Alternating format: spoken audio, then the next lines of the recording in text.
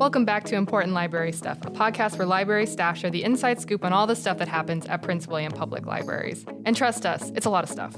I'm your host, Emily Bickers, media specialist from the Office of Communications and Marketing, and I'm joined each episode by fellow staff members and special guests who know a lot more on each episode's topic than I do. Today we will be discussing U.S. passport services offered at select branches. I'm joined by our experts, Natalie Hutchinson, Senior Library Manager at Central Library, and Julia Rader, Librarian at Potomac Library. Thanks so much for joining me. Thank you for having us. Thanks for having us. I have a few questions to get everyone in the mood to travel. What are your 3 favorite books that involve travel or take place in a foreign country?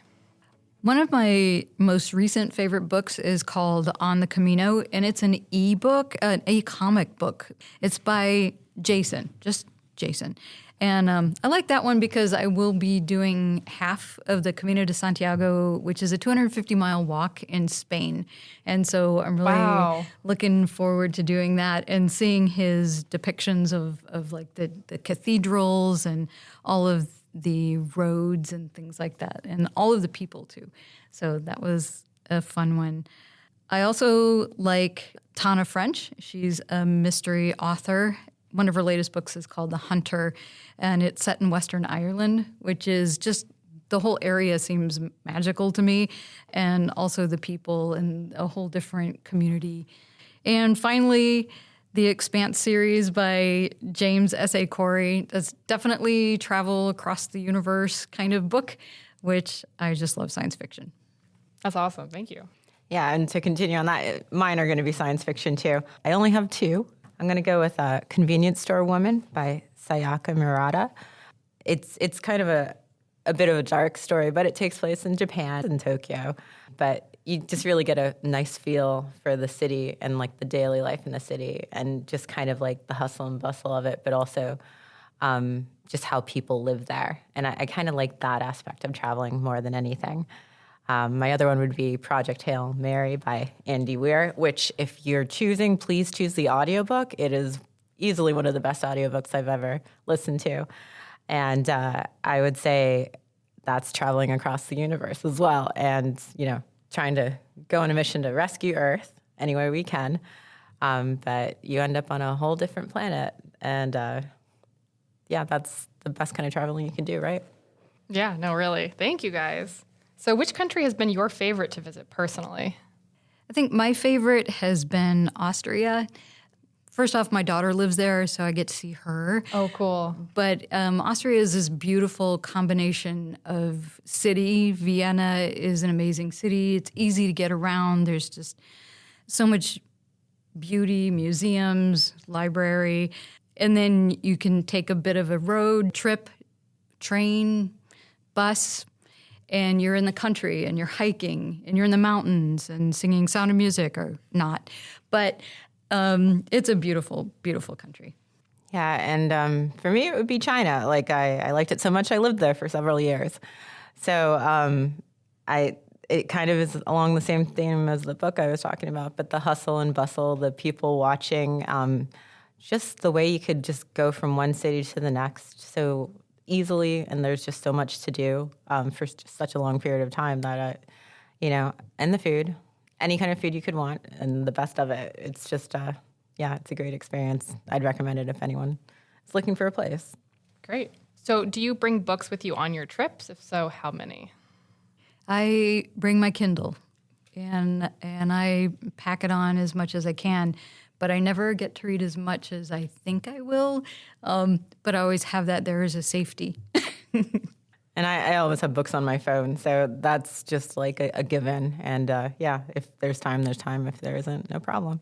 So I know you mentioned the library in Vienna. Do you both visit libraries on trips? And in what ways are they similar or different from PWPL's libraries? I have actually, pretty much any time I go anywhere in the U.S., I do visit libraries. I have visited them in China and Japan as well. I don't know, definitely not like PWPL, let's put it that way. And in China, they were always a lot more bookstore organized than I would say, like genre specific than how we do it here. It's like kind of informal, like it's more about your topics, your cooking, your, travel, that's how your sections are, but it's not the Dewey Decimal System. And then in the U.S., I like to visit all the ones that are local and nearby and just really compare. The thing I look for most are like what kind of programs they're doing and how they're executing it, because it's something fun to replicate and bring here. Yeah. Yeah, I'd say I look for libraries wherever we go. Whenever we're in any country, I try to look it up and drag my family with me. And surprisingly, they're always happy to go, or at least they're happy when they get there. And my favorite one has been the National Library in Austria, in Vienna. It's just glamorous. It's gilt and gold and paintings and sculptures, and it was made as a repository of wealth, honestly, so that they could show that they valued that. And in that way, I can see we do try to value the information, even at PWPL, and not so much golden, but I think the thought is there. Yeah. That idea. The gold is, in the collection, in the staff, it's within. Yes, indeed. Indeed.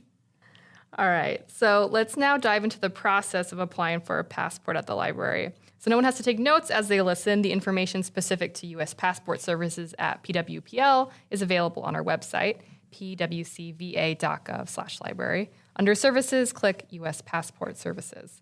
The information specific to applying for a U.S. passport in general can be found at travel.state.gov or by calling 1-877-487-2778. So which libraries offer U.S. passport services? Haymarket, Central Library, and Potomac Library. Great. Can I renew my passport here, or is it only for new applications? It's only for new applications. We don't do renewals. That is all done through the website and or through the mail. Do you offer passport photo services? Yes, we do. They're $15 a photo, and we just take them on the spot. And you do need to be getting a passport to get the photos taken, right? Yes. Do I need an appointment? Yes, you do need an appointment. And how do I make one? You go to the website, and that really is the only way to do it. And you'll find all the information on the links there. Great. How far in advance should I schedule an appointment? You can schedule up to 30 days out, from today. So it's a rolling 30 days. So that means any appointments that are available in the next 30 days, you're able to book. And then next week, if you missed it this week, you'll have another week to choose from. What documents do I need to bring for my application? Okay, you will first need the DS-11, which is available at any of the libraries that do passports or online. You're able to get that form, and it must be completed in black ink. So no blue, no red, no purple, black only. You'll also need original proof of U.S. citizenship, and that can be a birth certificate or a naturalization certificate or an old passport. That works as well. You'll need a valid, unexpired photo ID, and you'll need that 2x2 passport photo that is available at the library. You'll need two separate payments. One will be a check or money order to the U.S. Department of State. The other is going to be a check or cash to Prince William County. And we do not take any debit or credit cards. So you mentioned that photos are $15. What are the current fees for passport applications too? Your base fee for an adult passport is going to be $130, and for a child, it's $100. If you need it a little faster, you can do expedited, which would be an additional $60 on either of those. And if you need it even faster in terms of delivery, $21.36 is what you would add to that for a 1 to 2 day delivery instead of the normal 5 to 7 days. In addition to that, there's also the processing fee for the facility, and that's $35, which can be paid in cash or check. Any payments that go to the U.S. Department of State do have to be made in check or money order, because this item has to be physically attached to the application and mailed in. So there's no option for any other payment. So if you bring a checkbook, you'll be able to pay everything with that? Yes, that would be perfect. Great. How long does it typically take to get a passport? Well, if you do regular processing, then right now It is 4 to 6 weeks, and that's the processing time at the Department of State. You need to make sure that you would have a little bit of a buffer there because it can take up to 2 weeks to get there and back.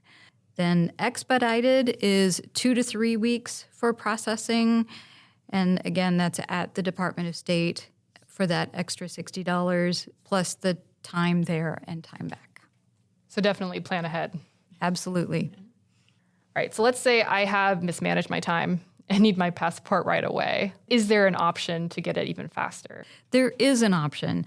You can go to the Department of State website, which is travel.state.gov, and there you're going to make an appointment online. That way you would go to Washington, D.C.